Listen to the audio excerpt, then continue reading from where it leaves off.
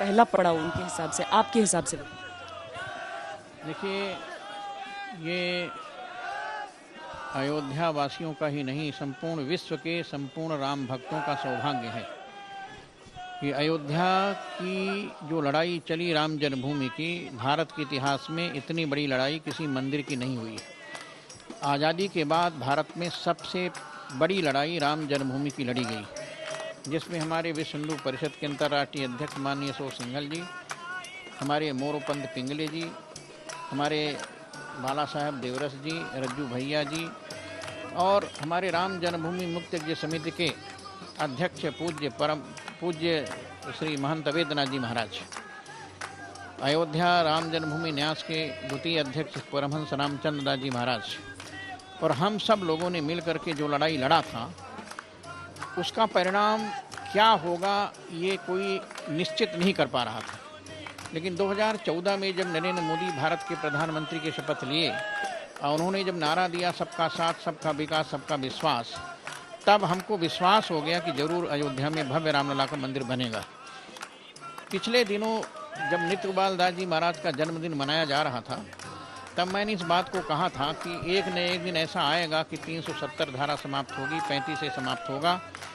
और इसके बाद भव्य रामलला के मंदिर का निर्माण होगा। तब एक सज्जन ने, एक संत ने ही खड़े होकर के मेरा खंडन किया था कि वेदांती जी कब से चिल्लाते रहेंगे आप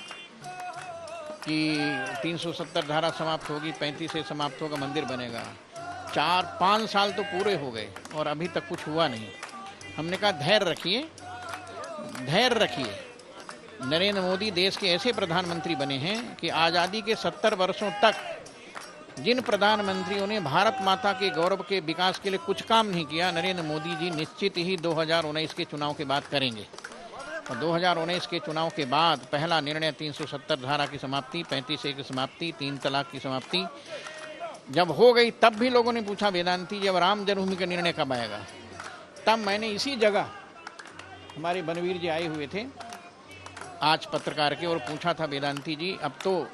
कपिल सिब्बल ने दरखास्त दे दिया है कि 2019 के चुनाव तक मंदिर निर्माण की सुनाई रोक दिया जाए, अब मंदिर कैसे बनेगा। हमने कहा कपिल सिब्बल नहीं, कपिल सिब्बल के बाप, पी चिदम्बरम नहीं, सोनिया गांधी के बाप, राहुल गांधी के खानदान के लोग दरखास्त देते रहें, लेकिन हम लोगों ने जो संकल्प लिया है, हमारे देश के संतों ने जो संकल्प लिया है, उस संकल्प को पूरा करने के लिए भगवान रामलला विराजमान है। ताल कटोरा स्टेडियम में संत समिति की बैठक थी, बहुत बड़ी, करीब 5000 संत लोग आए थे, हमारे आज के चैनल के लोग भी वहाँ थे काफ़ी। और उसके बीच में जब मुझे प्रस्तावना के लिए रखा गया था, तब मैंने कहा था,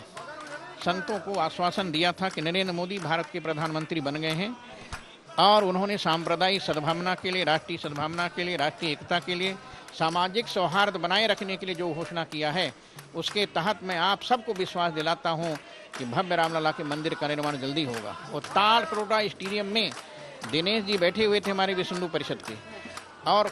हंस दास जी थे, जगतगुरु रामानंदाचार्य जी। जब मैंने कहा कि अयोध्या में भव्य रामलला का मंदिर बने और यदि मस्जिद के लिए जगह देनी है तो अयोध्या के बाहर कहीं भी, नाम लिया था मैंने कि लखनऊ में दे दिया जाए,